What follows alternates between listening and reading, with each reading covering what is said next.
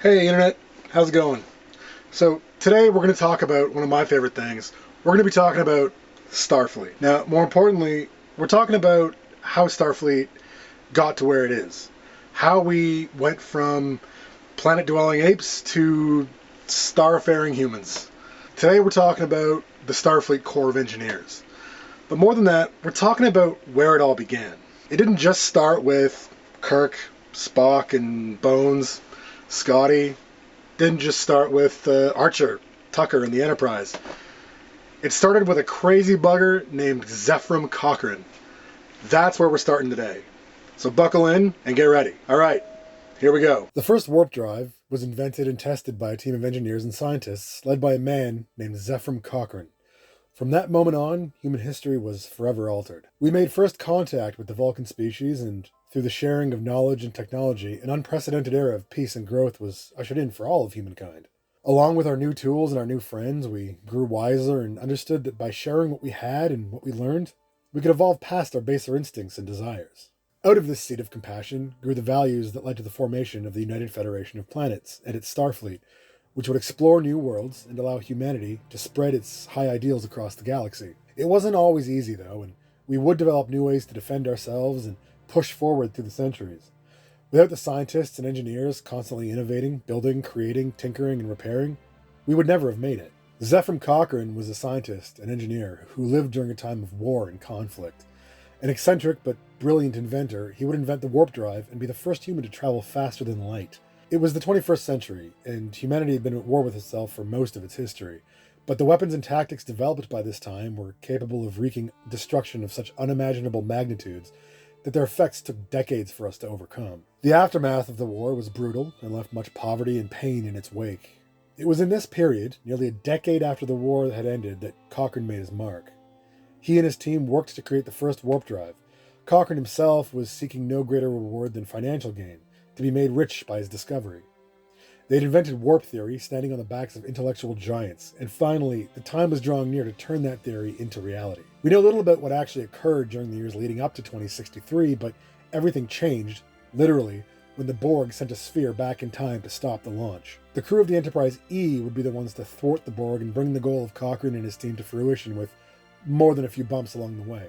In the end, history may not remember it as we do, but we know that in that Phoenix, built from an old Titan II missile, sat Zephram Cochrane, William T. Riker, and Geordi LaForge.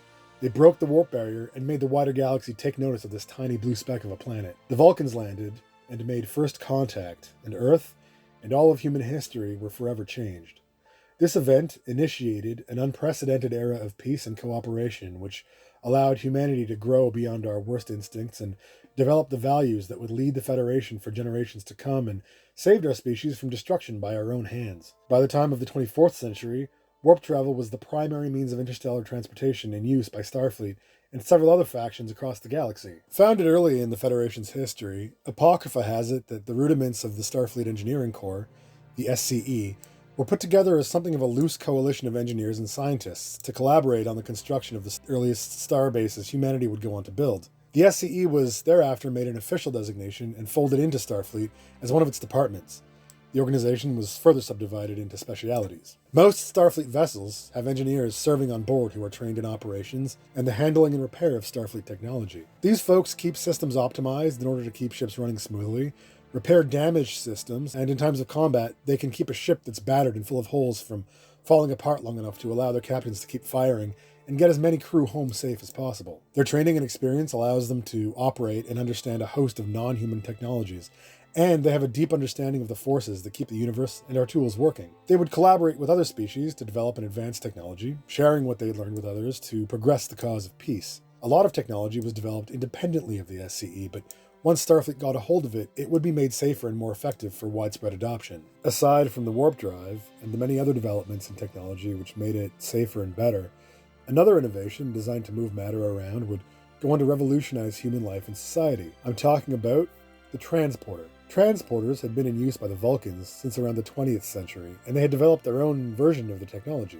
On Earth, the first transporter device was developed by a man named Emery Erickson around the year 2124. This primitive form was suitable for transporting matter from place to place, but it could be inconsistent and dangerous if used on living beings. There were several lives lost in testing this technology. Transporters use energy to matter conversion to move matter from one place to another. Patterns are stored in buffers and are reconstituted into their original forms at the destination. There are many thoughts and philosophical points of view surrounding this form of travel, but those are best discussed in another video.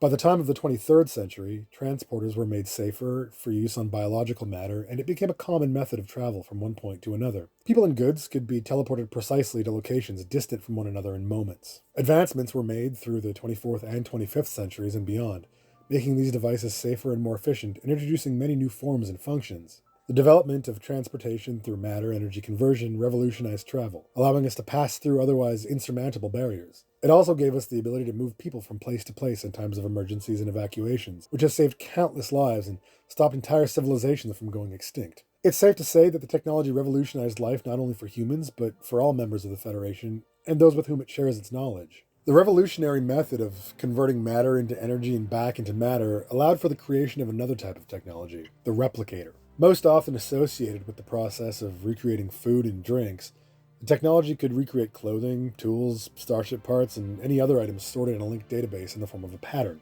There were some items that were too complex or required matter to undergo a process that a machine could not replicate. Even with this restriction, replicators changed the way humans create and build altogether. The food replication system became so widespread that in many places it replaced cooking altogether. The ability and precision of these devices could create versions of dishes so close to those produced by human hands that many people couldn't tell the difference. It is telling of the persistence of the human spirit and love of art that cooking as a form of expression did not die out. Many preferred a home-cooked meal to replicated matter, and many others cooked for the sheer joy of it. The introduction of replicator systems to starships changed the way Starfleet approached provisioning its missions. Ships could carry fewer supplies, relying instead on replicated matter. This allowed for more usable space for cargo and equipment, it allowed for less waste from food spoilage, and allowed for longer missions to be undertaken by a single vessel and crew. There was always the danger of a system failure due to damage during combat, deterioration from regular use, or some overlooked system fault. This could create a dire situation where there were not enough stocked provisions to supply the crew until repair or rescue could be mounted. It is a testament to human ingenuity that the brave SCE was usually there to do what they could, repairing systems and saving lives. Starfleet's exploratory efforts led us to meet new species and civilizations, many of whom embraced visitors and would go on to join the Federation in its mission. Not all who live among the stars value peace, though, and on many occasions, agents of the Federation, from recruits and officers to ships of the line and even whole fleets, have found themselves having to fight their way through an enemy that would destroy them for one reason or another. Not all survived, but those who did had to thank the development and advancement of phaser and shield technology by Starfleet. Phaser technology was the primary weapons technology used by Starfleet, but as it developed, it was used for so many more applications, such as mining and resource extraction. Ships could fire from space with great accuracy and blast apart obstructions or open tunnels deep in the ground. They could also precisely target the systems of enemy vessels to cripple rather than kill, as was more in line with the ethos of Starfleet.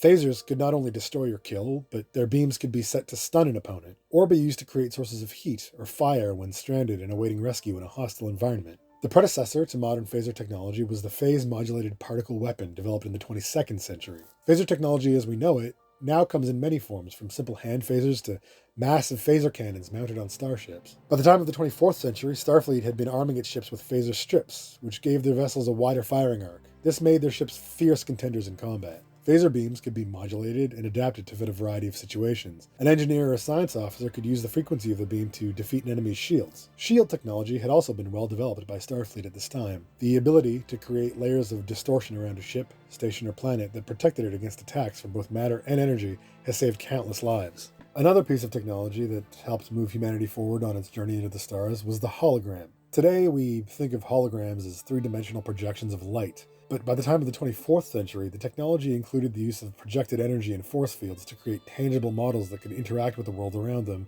and could be interacted with by other beings. Intelligent holograms could become self-aware, the consequences of which could be good or bad, but it was undeniably far in advance of what we can do today. Holographic technology of this kind can allow us to recreate entire landscapes to explore. We can vacation and visit, or we can use it for simulations and technical or combat training. The possibilities are really kind of endless. The emergency medical hologram was developed by Dr. Louis Zimmerman, which could perform the role of a doctor on board Starfleet ships and bases if medical personnel were absent for one reason or another. The hologram was generally forced to remain within the bounds of the projectors, meaning in the holodeck or medical bay, Through the use of a piece of technology from the 29th century, the EMH aboard the Federation starship Voyager was able to leave the medical bay and perform operations anywhere aboard the vessel, or even to beam down planetside. The development of hologram technology allowed personnel to create a wide array of settings and situations which could be experienced safely for recreation or training purposes. This technology allowed for a greater range of training exercises, test scenarios, and recreation to be used by members of the Federation. Holodecks were adopted aboard Starfleet ships as a standard piece of technology to allow crew members new forms of recreation. Medical science has made significant leaps forward in our own time, and this has continued into the 23rd, 24th, 25th centuries, and beyond. The medical ethos of Starfleet has evolved as well. The policy by the 24th century was not to restrict access to medical supplies and technology. This compassionate perspective saved countless lives across the galaxy and served the interest of attracting more member species to the Federation on the grounds that such technology would be shared among all who required it. The medical tricorder was a specialized version of Starfleet's tricorder device for use by doctors who could use it to diagnose most illnesses suffered not only by humans, but by other species as well.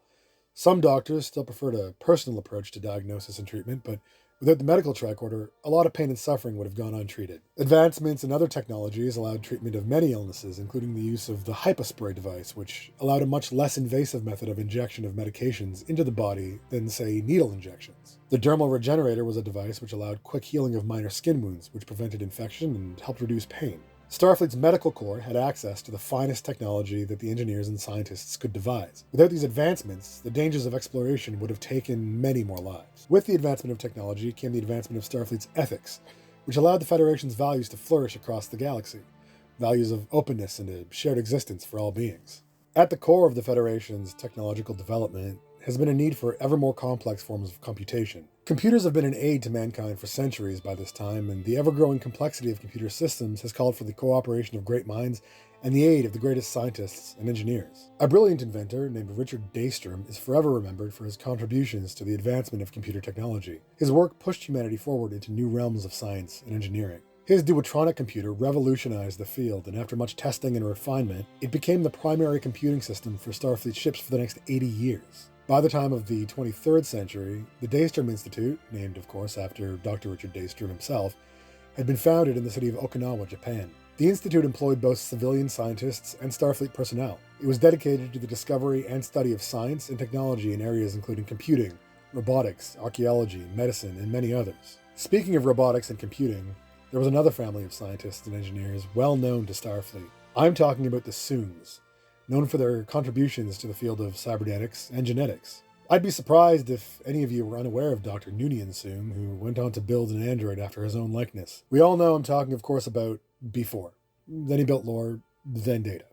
The Soong family had been producing scientists since the 21st century, when we have Adam Soong. There was also Eric Soong, a geneticist, in the 22nd century. Noonien and Juliana Soong went on to create the Soong-type androids B4, Lore, and, most famous of all, Data. Data was a marvel of engineering and science, an android whose commitment to discovering what it meant to be human led him to join Starfleet and brave the galaxy's dangers. He was a good friend to those who knew him well and a cunning enemy to those who threatened his fellows. Another Soong would go on to further develop android technology in the 25th century.